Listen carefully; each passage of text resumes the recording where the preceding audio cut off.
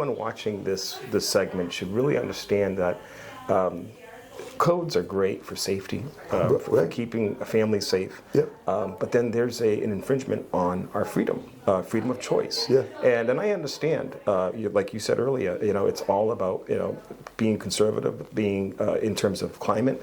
But at this point here, in the spirit of protecting our freedoms and giving ourselves the choice to basically, have the ability to, like you said, back up heating, I think that's diminishing. And I without question. I really Yeah. think coming up what's the date? May 12th is Monday. Monday. Yeah.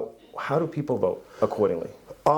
It's a little confusing. Okay. There's two warrants. It's on two different times, and there's going to be I think you're going to see a lot of people at town meeting because we get this historic district people are very passionate about. But it's on because we had a citizens petition to get this on to vote. I've been told, and I could get this wrong, but I've been told the citizen petition is non-binding. I'm not even sure what that means if we get it. But a yes vote, I'm pretty sure, on the citizens petition means we're opting out of the Green Communities Act. Okay. And then there's another one where the selectmen have already voted to bring it on for the same thing. So I think the selectmen one is before the citizens petition one.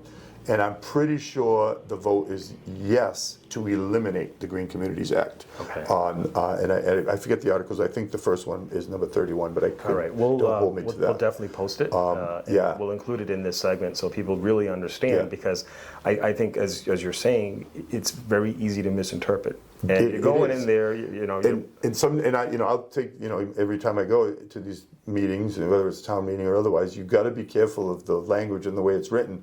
So the question to be asked is, I want to vote to eliminate it, is the Right. bottom line. And we're going to be very clear about that.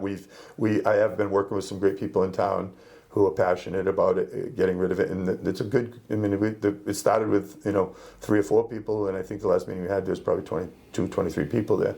So it's growing, and that was one thing we want to be very clear on.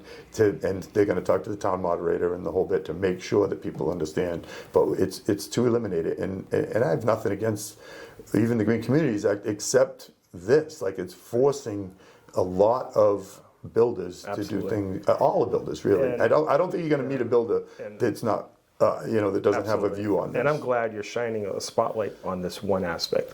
But this whole goal of net neutrality or carbon By neutrality 2050. by 2050 is maybe far out of touch and not practical in most cases. We've seen it in other areas. It's Our not. utility costs are through the roof. Yeah, There's so the many other electric went aspects. crazy. The whole.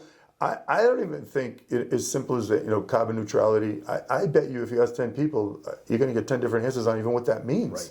Right. And that I think that's part of the problem. Does that mean we're eliminating it? Does it mean what we're using? It's not going to different. I don't really know. It's neutral, so that tells me there should be some of it, Absolutely. right? Absolutely. So I don't. It's confusing right out of the gate. I mean, and I really think it would be better off if we had an approach where. Where there were, I'm a big goal-oriented guy, and just set stepping stones. All right, we got to get here.